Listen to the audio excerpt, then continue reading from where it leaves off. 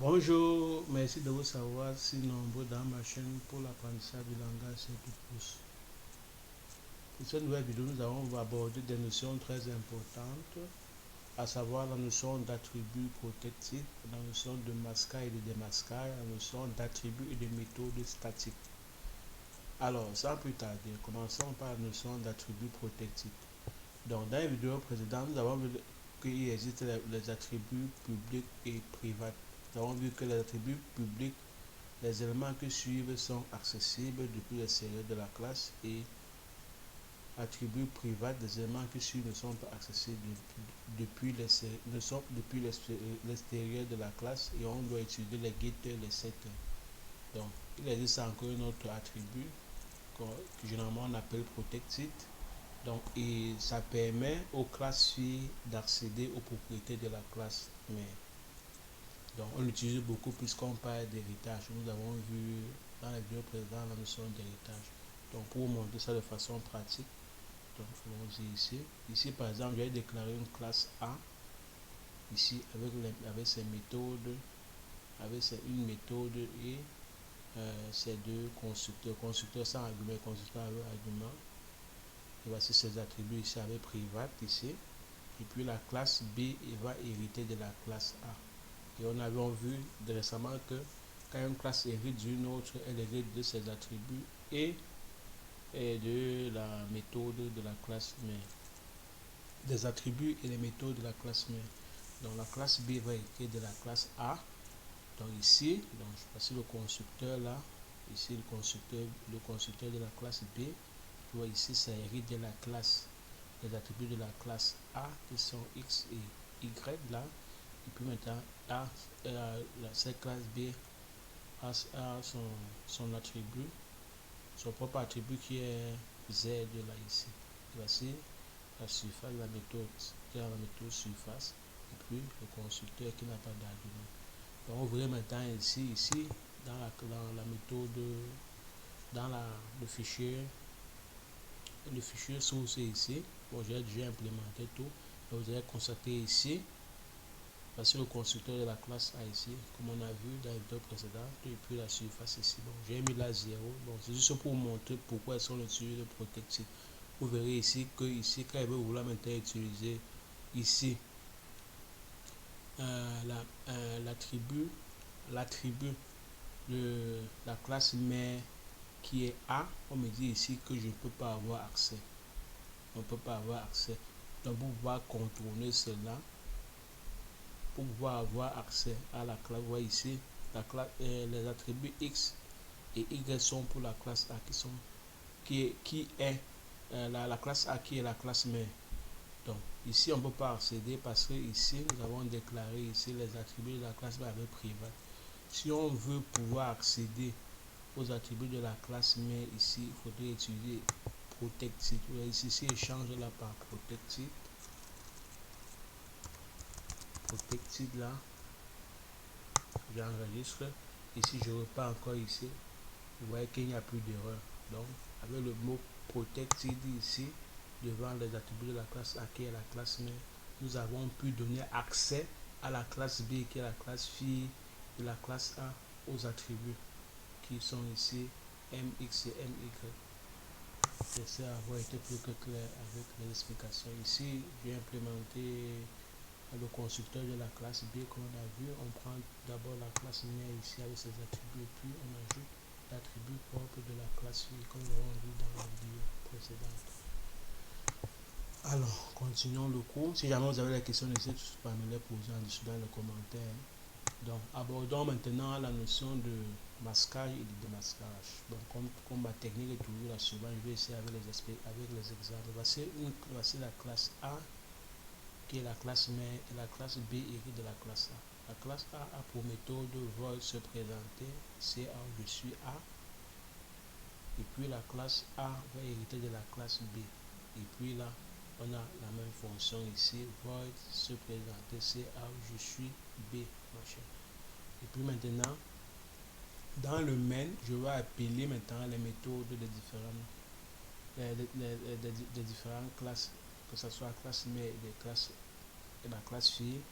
Bon, je déclare un objet ici A, un objet de la classe A et un objet de la classe B.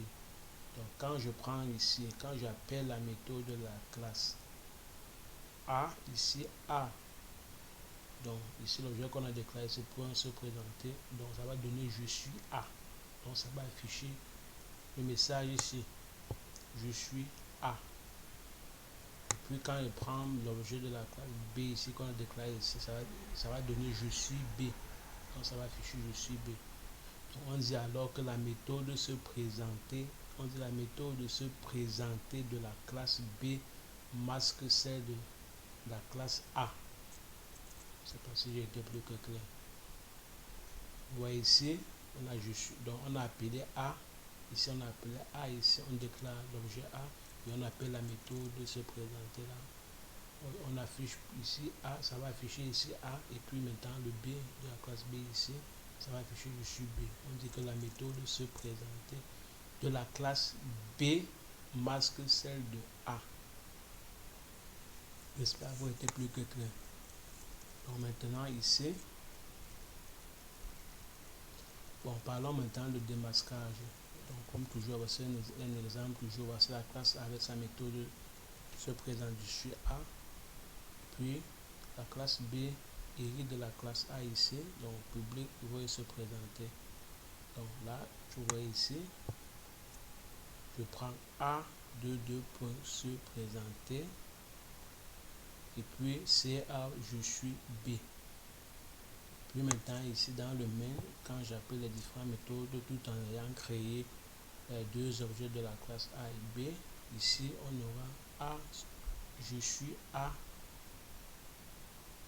et puis ici on aura B se présenter, il donnera je suis B, je suis A. Donc pour l'explication, on va dire nous constatons que la classe B, nous constatons que dans la classe B nous avons plus eu besoin d'écrire je suis A dans la classe B ici. Nous n'avons plus besoin d'écrire ici je suis A. Alors on parle de démasquage. C'est-à-dire on a pu utiliser une fonction qui était masquée. Et pour faire cela, j'ai utilisé ce qu'on appelle l'opérateur de 2 points ici, donc l'opérateur de résolution de portée. Donc, cet opérateur sert à déterminer quelle fonction ou variable utiliser quand il y a ambiguïté ou s'il y a plusieurs possibilités. Ok, j'espère avoir été plus clair avec les explications. Donc l'objectif ici c'était de pouvoir démasquer la classe A qui était masquée et on a pu, et dans la classe B ici on n'a plus besoin d'écrire de je suis A, on a juste utilisé l'opérateur de résolution de portée pour pouvoir démasquer la méthode se présenter de la classe A qui était la classe mère bien évidemment. Donc sans plus tarder, allons sur la notion de passons à la notion suivante, la notion d'attribut et méthode statique. Donc pour faire simple, sachez juste que les méthodes statiques sont les fonctions rangées dans des classes qui n'ont pas accès aux attributs de la classe. Et elles se déclarent avec un statique devant la méthode dans le fichier header et sans statique dans le fichier source. Donc ici, un exemple, comme toujours. Donc voici la classe ici, que j'ai une classe qui est déclarée ici là. Et puis là, voici la méthode ici, le public, voici le constructeur sans argument. Et puis maintenant, ça c'est ma méthode statique ici. Ma méthode statique ici. Donc, si je veux implémenter maintenant cette méthode statique dans le fichier source là, donc on ne doit pas remettre statique devant la méthode statique. Donc on va l'implémenter ici, on va l'implémenter comme ceci, ma classe de 2 points comme on le fait souvent, mais sans mettre statique, bien qu'on ait mis statique dans le header data, on ne met plus statique devant le header data. Donc maintenant ici, le main pour maintenant appeler dans le main, on utilise la résolution de portée en faisant ma classe deux points, ma classe ma méthode. On appelle ici la méthode statique en utilisant la résolution de portée. Donc, allons-y maintenant sur la notion d'attributs statiques. Les attributs statiques sont des attributs rangés dans une classe, mais qui n'ont pas accès aux objets créés à partir de la classe. Donc, elle se déclare avec un statique devant la variable. Le seul hic dans la déclaration des attributs statiques est qu'on les déclare dans un espace global, c'est-à-dire en dehors de toute classe et aussi en dehors du main. Donc, pour l'implémenter, qu'est-ce qu'on fait? On crée un attribut statique compteur que l'on initialise à 0 et puis on incrémente ensuite ce compteur dans les constructeurs de la classe, et bien sûr on le décrémente dans le destructeur. Pour la notion de destructeur, nous allons voir dans les vidéos suivantes. Donc avec ceci, nous arrivons à la fin de cette nouvelle vidéo. J'espère avoir été plus que clair avec mes explications très simples. Si vous n'avez pas compris une notion, n'hésitez surtout pas à me poser la question en dessous, c'est-à-dire dans les commentaires, et je serai dans la mesure du possible de vous répondre. Avec ceci, nous arrivons à la fin de cette nouvelle vidéo. Comme toujours, je vous remercie de m'avoir suivi et surtout prenez soin de vous car chaque jour est une nouvelle vie. Allez, bonne journée, ciao, ciao, bye bye.